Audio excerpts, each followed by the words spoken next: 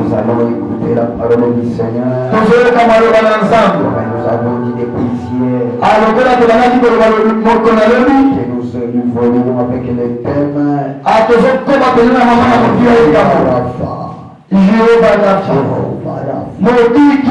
le Seigneur qui apporte la guérison, le Seigneur qui apporte la solution. C'est lui. Au-delà de lui, il n'y a pas un autre. Il n'y en aura pas. C'est le nom qui apporte la solution. C'est le nom de Jésus. Alléluia. Nous lisons Exode chapitre 15, verset 26. Exode chapitre 15, verset 26. La Bible dit ceci. Si tu écoutes attentivement la voix de l'Éternel ton Dieu, si tu fais ce qui est droit à ses yeux, si tu prêtes l'oreille à ses commandements, et si tu observes toutes ces lois, je ne te frapperai d'aucune des maladies dont j'ai frappé les Égyptiens, car je suis l'Éternel qui te guérit. Amen. Si tu obéis, si tu observes la loi, si tu marches selon ce que la parole te recommande, il est écrit, et la Bible le dit et le confirme, qu'aucune maladie te frappera. Et hier nous étions ici en train de montrer que les maladies n'ont pas de place dans nos vies. Les maladies n'auront jamais de place parce que nous avons montré hier que notre corps est le temple du Saint-Esprit. Et dans le temple du Saint-Esprit, aucune douleur n'est autorisée. Aucune maladie ne pourra avoir de la place dans le temple du Saint-Esprit. Parce que notre Dieu nous sécurise. Parce que notre Dieu nous protège. Et aujourd'hui, nous allons évoluer pour montrer que le Seigneur qui combat pour nous, pour montrer que le Seigneur qui est au-dessus de nous, il ne nous abandonnera pas. Il ne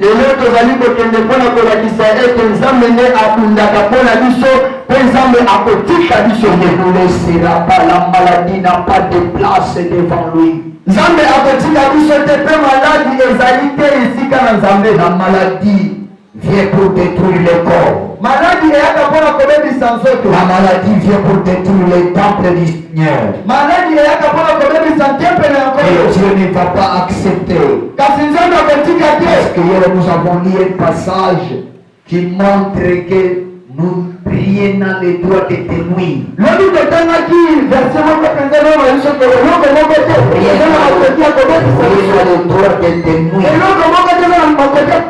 Et aucune maladie au monde est autorisée à toucher ton corps. Aucune douleur est autorisée à te toucher. Quelle que soit la douleur. Quelle que soit la douleur. Je parle de la douleur. Ça peut arriver que vous n'êtes pas malade. Mais vous sentez que le corps souffre. La Bible nous dit ceci: aucun fléau ne vous frappera. Aucun fléau ne nous frapperons. Parce que notre Dieu sécurise tous les millimètres près de votre corps. Il est capable de surveiller même ce que vous ne surveillez pas. Il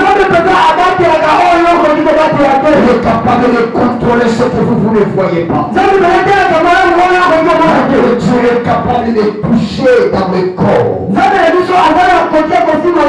Avant même de faire l'examen, avant même de voir les médecins, avant même de l'examen, donner les résultats, Dieu voit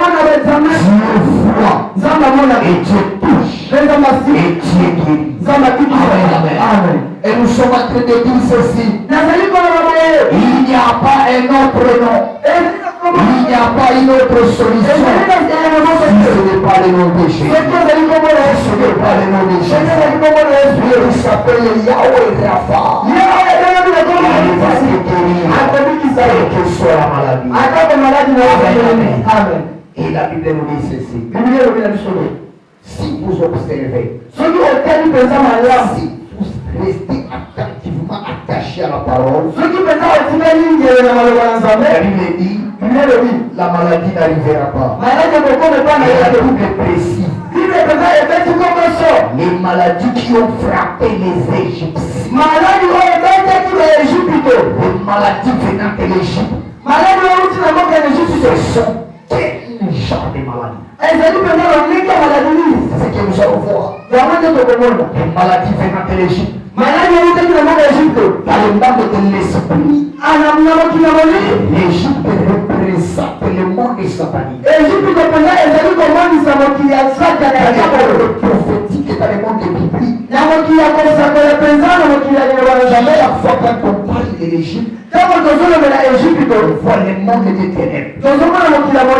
Chaque fois qu'on cite le Pharaon, on voit Satan lui-même. La Bible dit ceci. La maladie venant de l'Égypte, c'est-à-dire la maladie qui vient du monde du diable, la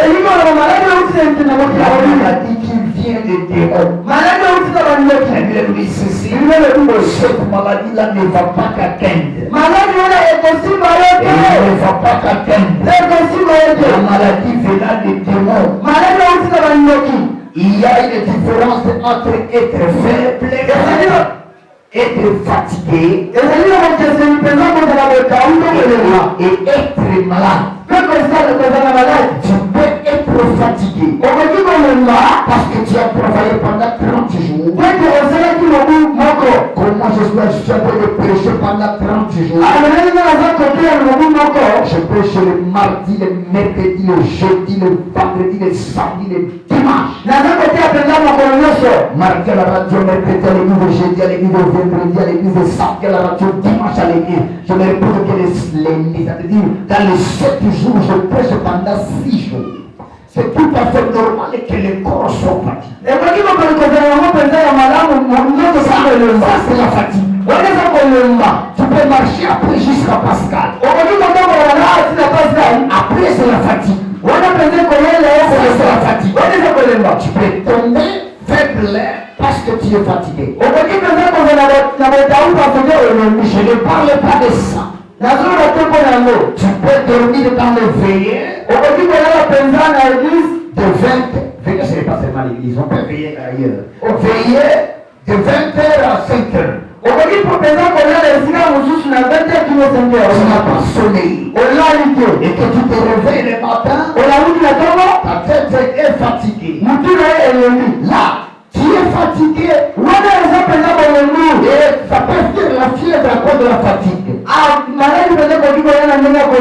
Ce n'est pas de ça que je parle. Est-ce que vous me suivez? La fatigue, c'est tout à fait normal. Le corps a travaillé et le corps est tombé faible. Vous tombez malade par rapport à la fatigue.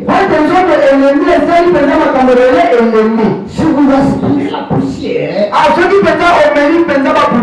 peux avoir la grippe.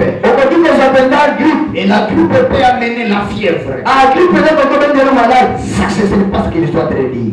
Est-ce que vous me suivez? Tu as balayé dans la boue. Tu Et la poussière entre. Cette poussière amène la grippe. La grippe amène la fièvre. Tu tombes malade. Ça je n'ai rien à faire. Je ne peux pas prier pour toi. Parce que tu as aspiré la poussière. Où sont les démons? C'est la poussière qui a secoué un sac de macala de braise. Et la poussière entre. Là, il n'y a pas de démon. Amen, amen. Amen. Tu manges les produits et matin se mélanger. Le ventre fait mal.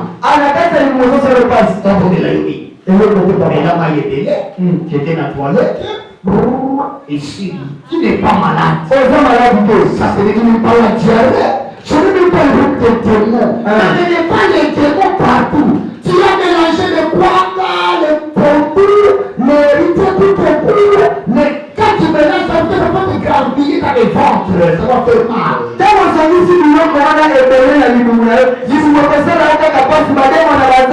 n'y a pas de démons. Pourquoi déranger l'homme de Dieu? Pourquoi venir avec un problème de la nourriture à l'église? On va prier sur quoi?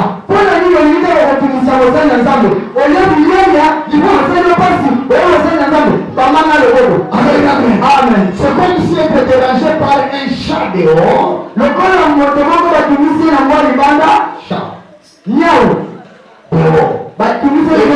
Vous appelez l'armée congolaise pour attaquer les chats. C'est l'équivalent quand tu tombes malade et tu m'appelles. Papa, partir dans son ménage de puta, on a un problème métier, on a un problème de ça va se mélanger en bon ambition, on a mis qui m'a bien entendu dans la phobie. Ça, ce n'est pas la maladie. C'est pas les démons. Quand il s'agit de démons, nous intervenons. Tu es parti, on t'a tressé les cheveux, on a forcé les cheveux et la tête fait mal.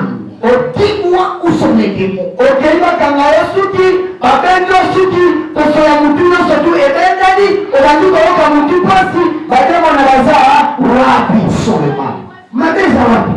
a pas de démons. Il n'y a pas de démons.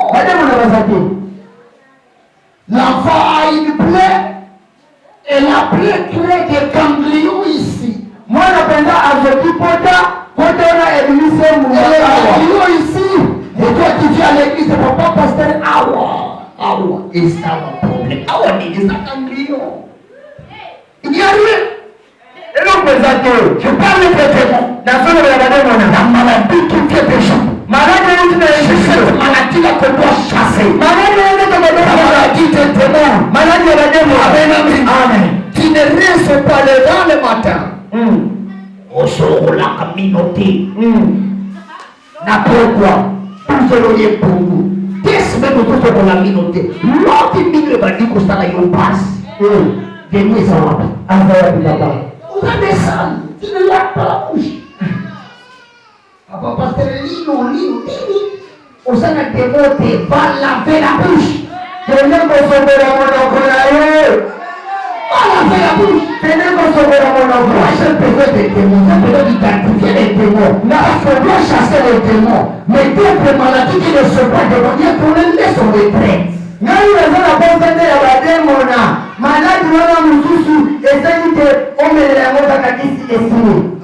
je ne dis pas ça. Je dis maladie pour tous les qui sont parce que ça va démonter. Amen. On a l'imité. On a tout qui va se faire dans la passe. On a la tomate.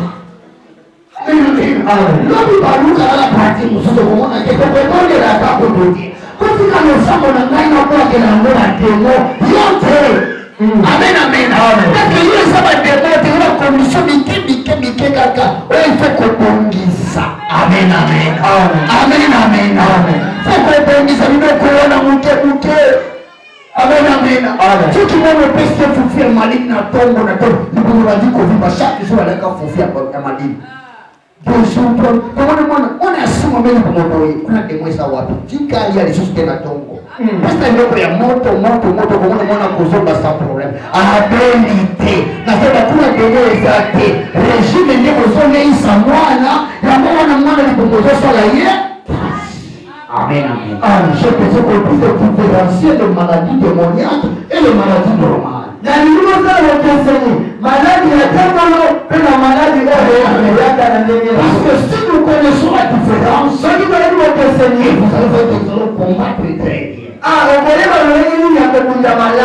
Tout n'est pas démoniaque. Tout n'est pas démoniaque. Si le ventre te fait mal parce que tu as des règles, ce qui nous montre que c'est le passé parce que les gens n'ont pas passé. Ce que peut être dans la règle, il faut souper. Alors, bon, ce qui m'a moi, c'est que vous voulez tout ça, c'est pas que dans la règle, papa passer le monde de la bonne règle, c'est ça. Non, pas. On est là après. On dit que nous tous sommes démontés. Amen. Sur le panneau, il y a pas déjà pour localiser des mounabunanango. Nous sommes démontés. Amen, amen. Amen. Amen, amen. Amen. Concentrez sur ton téléphone chaque jour. Le ministre va lui constamment y passer. N'a pas de problème. Parce que des mots, tu peux me coller le téléphone, il y a un chaque jour. Il se constamment y passer. Bam. Et ça démonte. Amen, amen. Amen. J'ai besoin de chasser les démons. Amen, amen. Amen. Force contre force. Autre chose, ce n'est pas les démons. Amen, amen. Amen. Amen, amen. Amen. Est-ce qu'on peut y aller? Est-ce qu'on peut y aller? Amen. Amen, amen. Amen. La Bible dit ceci. Il y a ce que nous avons lu. La maladie venait de jour. Maladie, des démons. Maladie, il est pour nous jamais capable. Et quand nous avons maladie, les démons viennent seulement pour détruire. Nous avons vu hier, comment il est le roi des démons. Nous avons détruit le temple du Christ. Parce que pour tuer le temple de Dieu, les démons ne voudront jamais que tu puisses évoluer. Le plan du diable, c'est de détruire. Parce que si tu es en bonne santé, tu pourras servir Dieu. Si tes mains sont en bonne santé, tes mains pourront servir. Si tes pieds sont en bonne santé, si ton corps est en bonne santé, tu pourras servir. Le démon vient de détruire. Le démon vient de détruire. Maintenant, c'est d'apaiser le corps du Christ. Il y a une catégorie de démons que le diable a placé en seulement introduire la maladie. Et c'est ce que je veux parler. Pendant ce 2 jours, nous allons parler des démons qui apportent de la maladie. Amen, amen, amen. Et nous allons y aller petit à petit. Nous avons commencé hier. Aujourd'hui, nous allons pénétrer maintenant. Car nous comprendre les maladies démoniaques. Je vais vous montrer que tout n'est pas démoniaque. Il y a autre chose qui ne demande même pas la prière. Il y a d'autres maladies qui ne demandent même pas la prière. Mwana lali azolela. Amen, amen. Amen. C'est pas ça le bagate. Yango wana azolela. Zapete na ye azolela. Soko lingaki yoka mungomo na ye makambo azoloka. Yoka kati. Kolela ya mwana asolo. L'autre la muki lisufu azosala zonye inye mukumula pele sa. Nusala blomo na ye wana. Ama olaki n'église te papa mwana lali butumo pipa. Alors ça va se faire. Alors tout le monde a mis la qualité. Le monde qui a besoin de bonne la tête. Il faut que tu m'appelles ni à zone la maman maman yakini régime ya maman et compliqué moi na sali sele butumo pipa.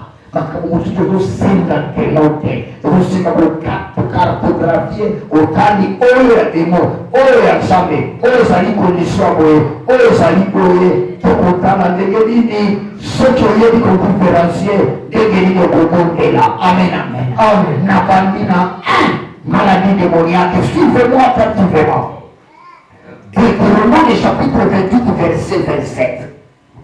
Deutéronome chapitre 28 verset 27. Deutéronome 28 verset 27. Écrivain 1. Deutéronome 28 27. La Bible dit ceci. L'Éternel te frappera de l'ulcère d'Égypte. L'Éternel te frappera de l'ulcère d'Égypte, d'hémorroïdes, de cales et de peignes dont tu ne pourras pas guérir. Dont tu ne pourras guérir. 1. Deutéronome 28, 27. La Bible dit ceci. Si tu n'obéis pas, si tu n'observes pas, il y aura une maladie d'Égypte qu'on appelle ulcère. Répétez avec moi, ulcère. Ulcère. Ulcère, c'est ce que nous appelons dans le français facile la plaie. Pota. Pota. Amen, amen. Ulcère, c'est une plaie qui ne se cicatrise pas. Ulcère, c'est une plaie qui fait couler, qui donne la souffrance, qui fait couler et qui donne la peine à vivre. La Bible dit ceci, si tu n'observes pas, si tu ne respectes pas, le Seigneur frappera de l'ulcère. L'ulcère, c'est la plaie à l'extérieur, comme à l'intérieur, il y a des ulcères. En français, on appelle, en lingala, on appelle l'ulcère pota. Alors ici, la Bible nous dit, il te frappera des ulcères malins, l'ulcère que tu ne pourras jamais guérir. C'est ce que nous appelons pota yalibumu. Pota yalibumu. Répétez avec moi, pota yalibumu. Pota yalibumu. Est-ce qu'il y a quelqu'un qui n'a jamais entendu parler de pota yalibumu? Est-ce qu'il y a parmi nous quelqu'un qui n'a jamais entendu parler de pota yalibumu? Est-ce qu'il y a quelqu'un qui n'a jamais entendu de pota?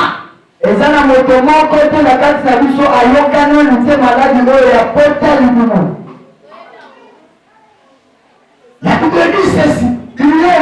Si tu n'obéis pas, si tu n'observes pas, il y aura des démons qui viendront.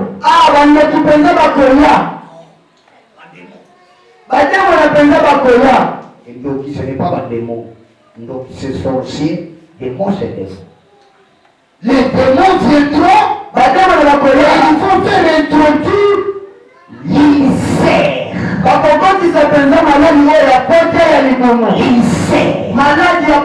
Vous savez, il y a des choses que vous dites, mais vous ne savez pas que la Bible le dit.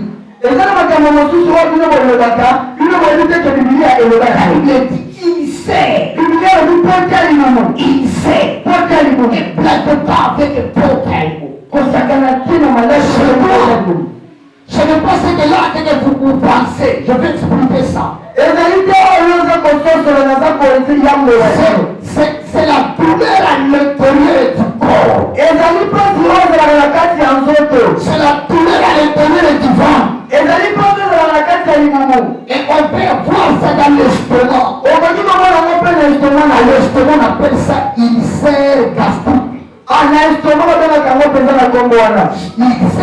L'estomac a des plaies.